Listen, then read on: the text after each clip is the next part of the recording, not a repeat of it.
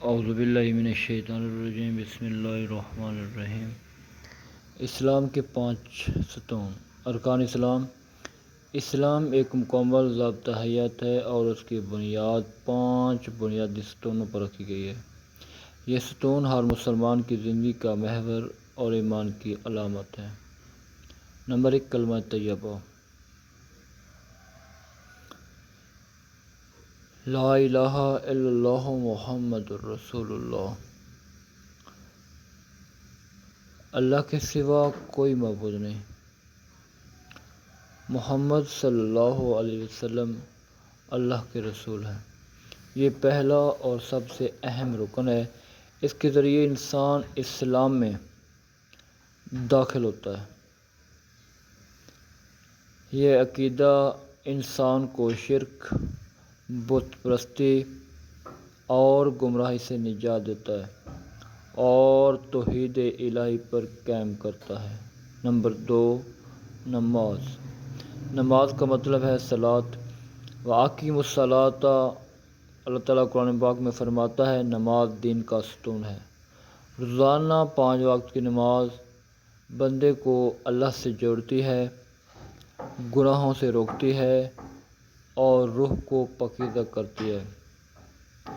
رسول اللہ صلی اللہ علیہ وسلم نے فرمایا، نماز دین کا ستون ہے، جس نے اسے قائم کیا دین قائم کیا۔ نمبر 3، زکوٰۃ۔ وَآتُوا الزَّکوٰۃ۔ اللہ تعالیٰ قرآن پاک میں فرماتا ہے زکوٰۃ ایک مالی عبادت ہے جو مالدار مسلمانوں پر فرض ہے۔ یہ مال کو پاک کرتی ہے، غریبوں کی مدد کا ذریعہ بنتی ہے اور معاشرتی انصاف قائم کرتی ہے۔ زکوٰۃ دینے سے دل میں سخاوت اور بندگان خدا کے لیے ہمدردی پیدا ہوتی ہے۔ نمبر 4، روزہ۔ روزہ کو عربی میں صوم کہتے ہیں۔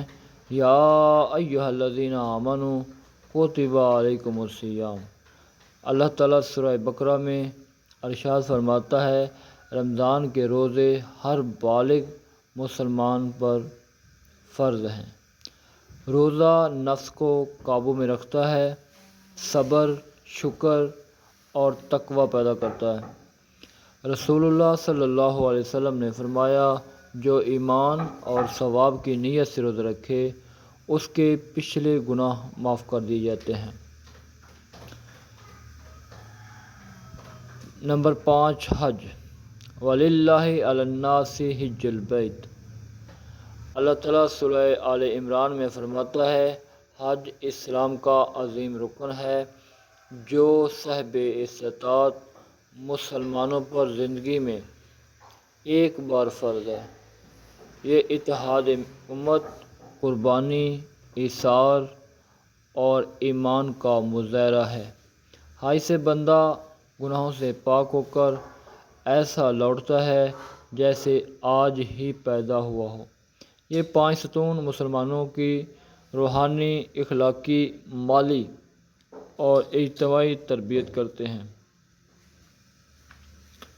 جو شخص ان پر قائم رہے وہ کامل مسلمان کہلاتا ہے۔ اگر آپ کو ویڈیو اچھی لگی ہے تو سبسکرائب ضرور کریے۔ مہربانی۔